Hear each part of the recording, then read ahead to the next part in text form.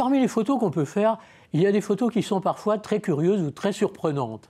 Alors, curieuses parce que c'est voulu, hein, les gens voient le photographe, ils décident de faire une photo vraiment sortant de l'ordinaire. C'était le cas en 2011 avec le célèbre McNish, qui a eu un accident très grave, mais sans mal pour lui. McNish qui a gagné plusieurs fois les 24 heures aussi, et cette année-là, il me dit oh, on va faire une photo avec Miss Maine Libre. Et donc, il n'y avait qu'un seul souci, c'est que McNish, tout le monde le sait, il doit mesurer bravement 1,60 m ou 1,65 m.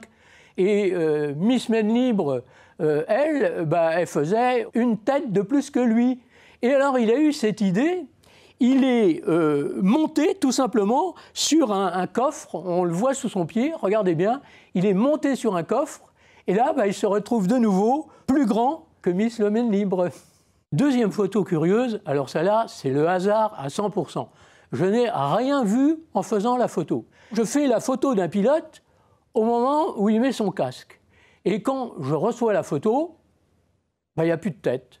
Ce n'est pas le pilote sans visage, comme dans les livres de Jean Graton, c'est le pilote sans tête. Alors, j'ai regardé ça en me disant, mais c'est pas possible, où est passée sa tête? Alors, vous pouvez chercher, hein.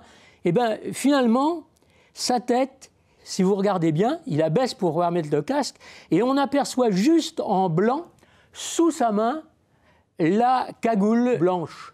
Si bien que la cagoule blanche, elle a complètement obturé la tête du pilote, et on a vraiment l'impression que, non, il n'a plus de tête, il met son casque sur on ne sait pas quoi.